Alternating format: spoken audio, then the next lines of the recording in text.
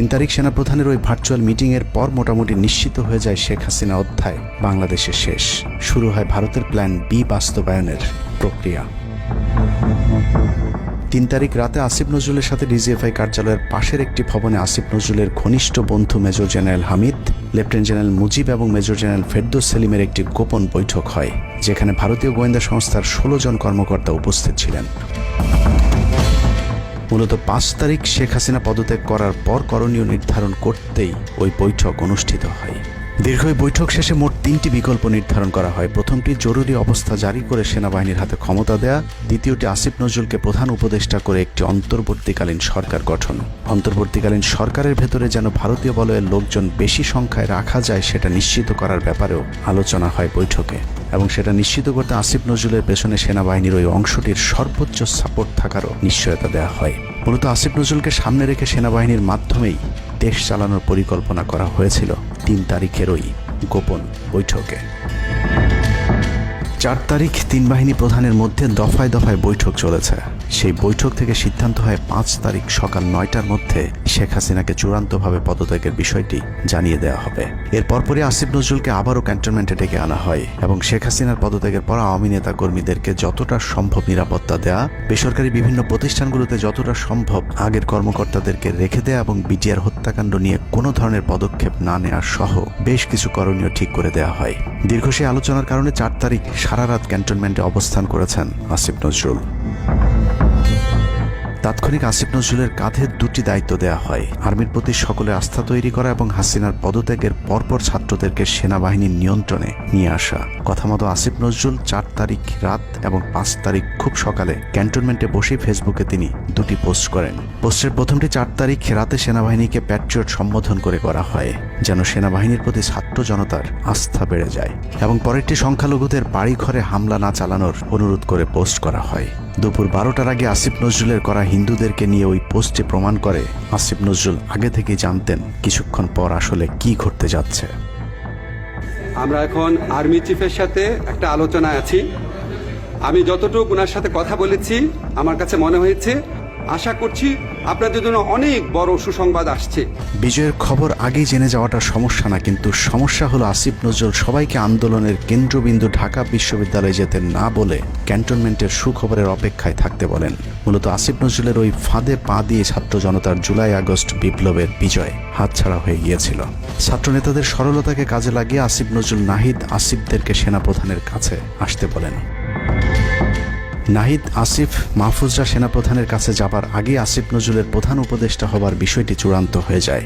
সমন্বয়কেরা পৌঁছানোর পর সেনাপ্রধান তাদেরকে জানায় আসিফ নজরুল হচ্ছেন প্রধান উপদেষ্টা, কিন্তু ছাত্ররা ডক্টর মোহাম্মদ ইউনূসকে প্রধান উপদেষ্টা বানানোর দাবি করলে আসিফ নজরুল তাদেরকে জানায় ডক্টর ইউনূস প্রধান উপদেষ্টা হতে রাজি না। কিন্তু ছাত্র নেতাদের সাথে ইউনূসের আগে থেকে যোগাযোগ ছিল, যে কারণেই সেনাপ্রধানকে ছাত্ররা জানায় আমরা ডক্টর ইউনূসের সাথে একান্তে কথা বলতে চাই।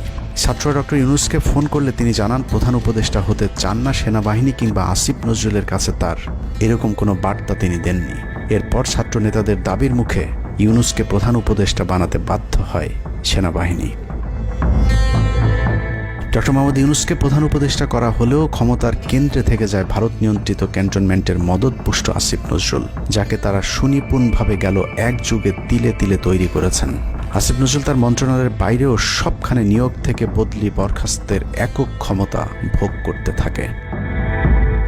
একদিকে সেনাবাহিনীর ছত্রছায়া আসিফ নজরুলের হাত ধরে ভারতীয় এজেন্টদেরকে গুরুত্বপূর্ণ সব পদে বসানো হচ্ছিল, অন্যদিকে চলছিল পুরো দেশ দখলের ভয়ঙ্কর ষড়যন্ত্র। কিন্তু ছাত্রদের চাপের মুখে আসিফ নজরুলের পরিবর্তে ডক্টর মোহাম্মদ ইউনূসের প্রধান উপদেষ্টা হবার বিষয়টি কোনোভাবেই মেনে নিতে পারেনি সেনাবাহিনীর ভারতপন্থী অংশটি, যে কারণে 5 তারিখ রাতেই একটি ব্যর্থ সেনাকুয়ের ষড়যন্ত্র করা হয়েছিল।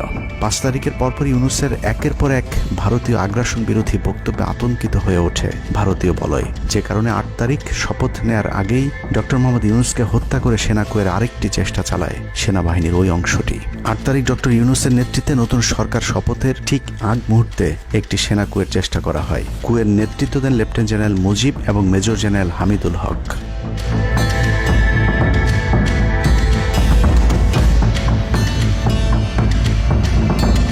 কিন্তু পশ্চিমা একটি গোয়েন্দা সংস্থা বিষয়টি দ্রুত সেনাপ্রধানকে জানালে জেনারেল ওয়াকার তাদের পরিকল্পনা ভণ্ডুল করে দেয়। সেনাপ্রধান তাৎক্ষণিকভাবে লেফটেন্যান্ট জেনারেল শামীমকে পিএসও এএফটি থেকে সিজিএস হিসেবে নিয়োগ দেন এবং মুজিবকে কিউএমজি থেকে আটডগে বদলি করেন, যদিও 8 তারিখ রাত থেকেই মুজিব পলাতক রয়েছেন। এরপর 12 সেপ্টেম্বর তাকে সেনাবাহিনী থেকে বরখাস্ত করা হয়। একই দিনে লেফটেন্যান্ট জেনারেল হামিদুলকে স্বেচ্ছায় অবসরে পাঠানো হয়। এনডিসি থেকে মেজর জেনারেল সাইফুলকে মিনিস্ট্রি অফ ফরেন অ্যাফেয়ার্স এবং চিফ অফ জেনারেল স্টাফ শাহিনকে এনডিসিতে পাঠানো হয়। কয়েকজনের ব্যাপারে পদক্ষেপ নেওয়াটা যেমন স্বস্তির, তেমনি ষড়যন্ত্রকারীদেরকে যেখানে বদলি করা হয়েছে তাদের প্রতিটি পদই অত্যন্ত গুরুত্বপূর্ণ, যা বর্তমান সরকার এবং দেশের স্থিতিশীলতার জন্য চরম বিপজ্জনক। কতটা বিপজ্জনক সেটা জানতে চলুন শুরুতেই যে প্রলয়ঙ্কারী ঝড়ের কথা বলেছিলাম সেখানে ফিরে যাওয়া যাক। ভারতীয় গোয়েন্দা সংস্থা 5 তারিখের পর থেকে দেশে নানাভাবে একটা সাম্প্রদায়িক দাঙ্গা বাঁধানোর চেষ্টা চালিয়ে যাচ্ছেন, যেটাকে কেন্দ্র করে বাংলাদেশে একটা সামরিক অভিযান চালানো যায়। এই দাঙ্গা বাঁধাতে ভারতীয় গোয়েন্দারা আওয়ামী লীগ, হিন্দু এবং ইসকনকে কিভাবে ব্যবহার করছে সেই পরিকল্পনার ছক এখন বাংলাদেশি গোয়েন্দাদের হাতে। একটি গোয়েন্দা সংস্থা থেকে যেসব তথ্য আমার কাছে পৌঁছেছে তা রীতিমতো এই দেশের অস্তিত্বের জন্য হুমকি স্বরূপ। আওয়ামী লীগ, হিন্দু আর ভারতের এই চক্রান্ত যদি সঠিকভাবে মোকাবেলা করা না যায় তাহলে অচিরেই বাংলাদেশের অবস্থা হবে হায়দ্রাবাদের মতো। জননেত্রী শেখ হাসিনাকে দেশ থেকে সরে যেতে বাধ্য করেছেন। বাংলাদেশকে নিয়ে ভয়ঙ্কর এই চক্রান্তে জড়িত আওয়ামী লীগ, সনাতনী এবং ইসকনের অন্তত 40টি হোয়াটসঅ্যাপ গ্রুপ এবং জুম মিটিং এর ভিডিও হাতে পেয়েছে গোয়েন্দারা। গোয়েন্দাদের কাছে প্রাপ্ত এসব তথ্যে যা উঠে এসেছে তা হাতকে ওঠার মতো।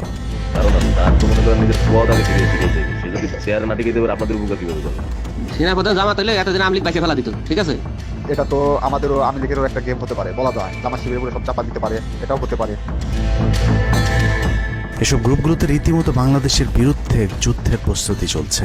গ্রুপে তাদের সাথে সাবেক আওয়ামী লীগ সরকারের শীর্ষস্থানীয় নেতা থেকে বর্তমান সেনাবাহিনীতে চাকরিরত জেনারেল পর্যন্ত মাঝে মধ্যেই নাকি যোগ দিচ্ছেন। নানক ভাই থেকে শুরু করে আমাদের সুজিত দা, তারপর আরো অনেক টপ লেভেলের যারা মন্ত্রী, মিনিস্টার, প্রতিমন্ত্রী, তারপরে ইভেন কামাল ভাই। তো এখন বিষয়টা হচ্ছে যে ইভেন রাষ্ট্রপতির যে একেবারেই মানে কি বলে তার যে একেবারে মানে রাইট হ্যান্ড সচিব, উনিও আমাদের সাথে 2 দিন জয়েন করছেন। তো এখন ওনারা আসলে ভালো হইতো, যারা যারা আসেন আসলে ভালো হইতো। অনেক আমাদের এখানে প্রায় 12 থেকে 13 জন আপনার এমপি এসে কথা বলেছেন, যেটা আপনারা জানেন না, ঠিক আছে? বাংলাদেশে একেবারে টপ লেভেল সামরিক বাহিনীর 4 থেকে 5 জন জেনারেল লেভেলের লোকজন ওনারা এসে এখানে বসে থেকে আমাদের লাইভ শুনে গেছেন। আমাদের প্রধানমন্ত্রী উনি নিজে এসে বসে থেকে গেছেন। গ্রুপের সবচেয়ে ভয়ঙ্কর তথ্য পাওয়া গেছে ভুয়া মুক্তিযোদ্ধা জেডাই খান পান্নার মেসেজ থেকে। আওয়ামী এই আইনজীবী শহীদ সাইফুল ইসলাম আলিফের হত্যাকাণ্ড নিয়ে চাঞ্চল্যকর তথ্য দিয়েছে জেডাই খান পান্না।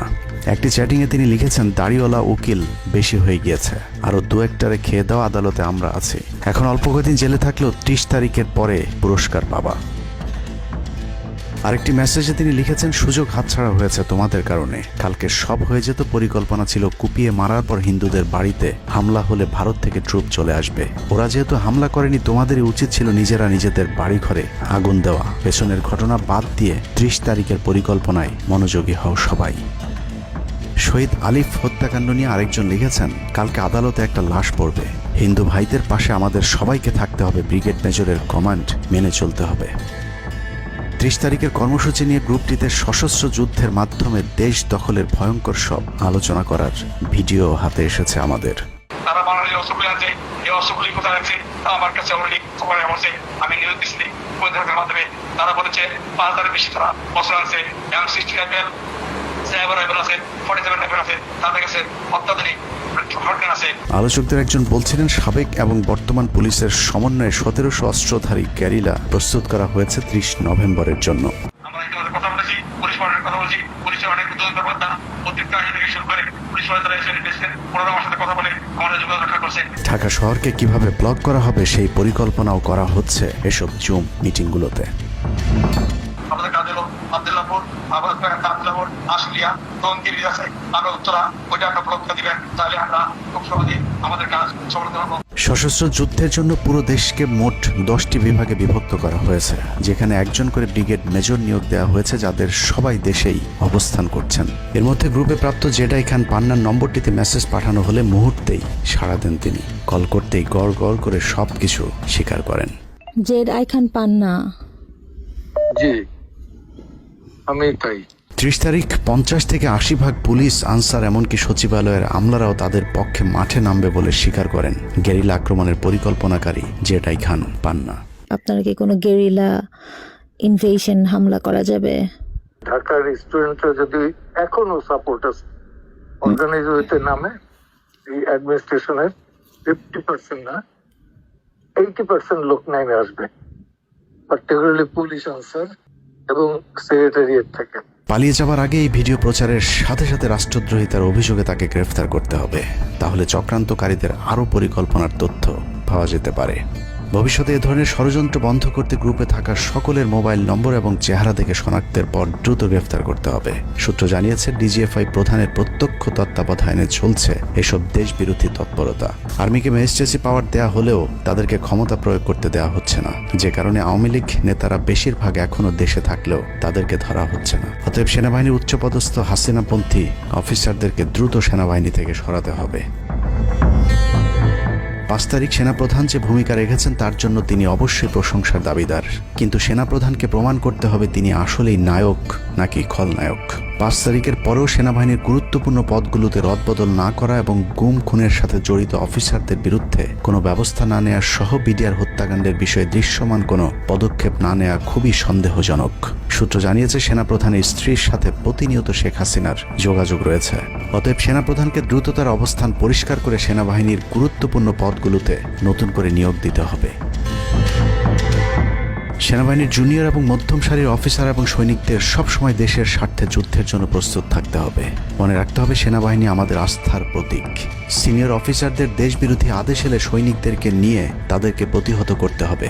মনে রাখতে হবে, সংখ্যায় আপনাদের মতো দেশপ্রেমিকদের সংখ্যাই এখনও সেনাবাহিনীতে বেশি। দেশের যে কোনো প্রয়োজনে সেনাবাহিনী যদি জনগণকে ডাক দেয়, তাহলে এ দেশের প্রতিটি মানুষ জীবন দেওয়ার জন্য প্রস্তুত রয়েছে। ডক্টর মোহাম্মদ ইউনূসের পাশে থাকা ভারতীয় গুপ্তচর আসিফ নজরুল, মিলিটারি সেক্রেটারি ফেরদৌস হাসান সেলিম এবং প্রেস সেক্রেটারি শফিকুল আলমকে দ্রুত সরাতে হবে। প্রধান উপদেষ্টার সাথে ছাত্র নেতাদের সাক্ষাতের পথ সহজ করতে হবে। আসিফ নজরুলরা অসৎ উদ্দেশ্যে মাহফুজ আলমকে তার পাশ থেকে সরিয়েছে।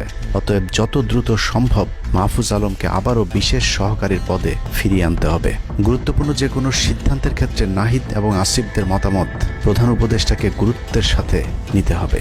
জেডাই খান পান্নাদের ষড়যন্ত্র এবার সফল না হলেও এই ষড়যন্ত্র চলতেই থাকবে। বাংলাদেশের প্রতিটি মানুষকে চোখ কান খোলা রাখতে হবে, মনে রাখতে হবে, শত্রু আপনাদের ঘরের কোণেই। ভারত যদি বাংলাদেশে আক্রমণ করে, তাহলে সবার আগে আওয়ামী লীগ আর শ্রীকৃষ্ণের ভক্তরাই আপনার গলায় ছুরি ধরবে। অতএব শত্রুরা যেন আবারও বাংলাদেশের স্বাধীনতাকে ভারতের কাছে বিক্রি করতে না পারে, সেদিকে সবাইকে লক্ষ্য রাখতে হবে। আল্লাহ হাফেজ।